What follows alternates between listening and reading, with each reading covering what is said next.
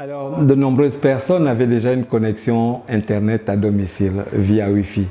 Et d'autres, à cause du confinement lié au Covid, ont dû installer une connexion à domicile. Et on l'a vu, les opérateurs d'Internet, fibre optique, se sont fait de l'argent depuis 2 mois, puisque de nombreuses personnes ont acheté des connexions. Il y a même des entreprises, à cause du télétravail, qui ont acheté des connexions pour leurs employés et ont fait installer ces connexions Wi-Fi là à domicile. Alors la grosse difficulté déjà pour ceux qui avaient et ceux qui ont acheté, c'est que vous achetez, vous avez un débit. Le débit, c'est un peu, on va prendre l'exemple de l'eau. Hein. Vous avez une taille de tuyau chez vous pour l'eau. Plus le tuyau est gros, normalement, plus vous avez de l'eau. Mais plus le tuyau est gros, plus ça coûte cher. C'est pareil pour le débit Internet. Plus vous prenez un gros débit, plus il coûte cher. Et en général, à domicile, on ne prend pas de très gros débits. Les débits les plus prisés sont les débits de 25 mégas, débits partagés, bien sûr, pas dédiés. On expliquera ça plus tard. Mais, et les autres qui suivent tout de suite, c'est 50 mégas. Alors, tant qu'une partie des membres de la famille sont au travail, les autres sont à l'école, l'Internet fonctionne très bien, très bien, il est fluide. Mais dès qu'on est en télétravail et qu'en même temps nos enfants doivent continuer les cours en ligne, la qualité de la connexion commence à se faire, à souffrir.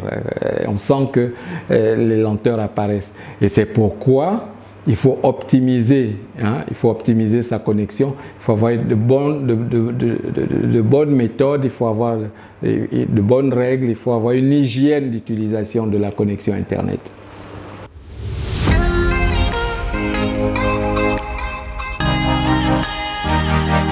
Il faut absolument, vraiment absolument, éviter les téléchargements dans la journée. Parce qu'il suffit qu'il y ait 1 ou 2 personnes qui soient en train de faire des téléchargements.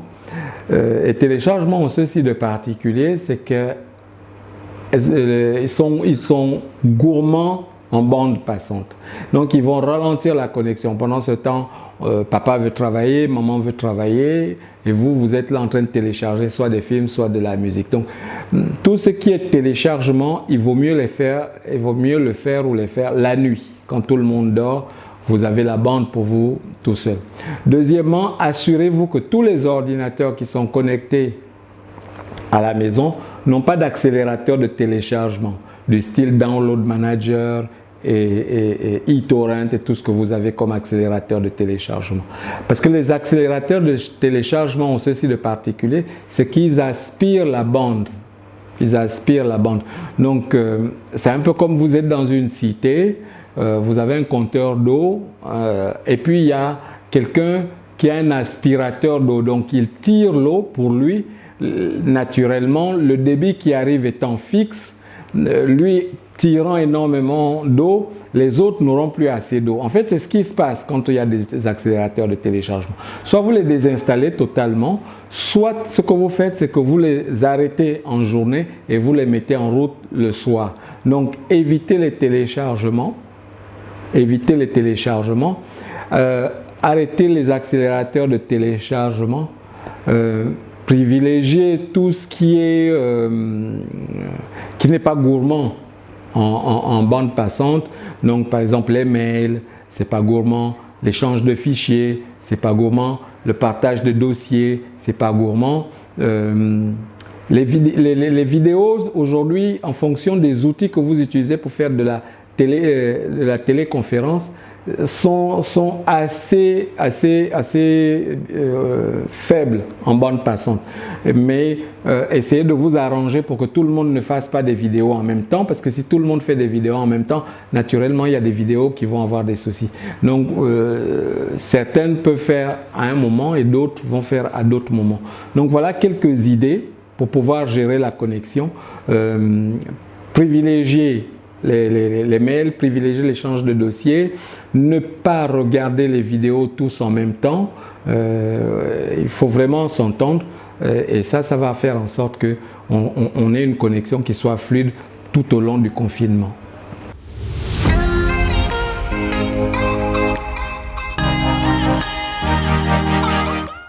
Alors voilà quelques trucs et astuces. Et ceux qui auront de petites difficultés, qui n'auront pas compris quoi que ce soit, nous pouvons toujours échanger en inbox. N'hésitez pas, nous sommes là pour faire des mises à jour en termes de connaissances, pour upgrader, augmenter, amplifier vos connaissances dans le domaine du numérique, parce que de plus en plus, il faut que vous soyez à l'aise avec ces outils-là. Nous n'allons pas revenir en arrière et même la présence du Covid va profondément changer notre rapport avec les outils digitaux.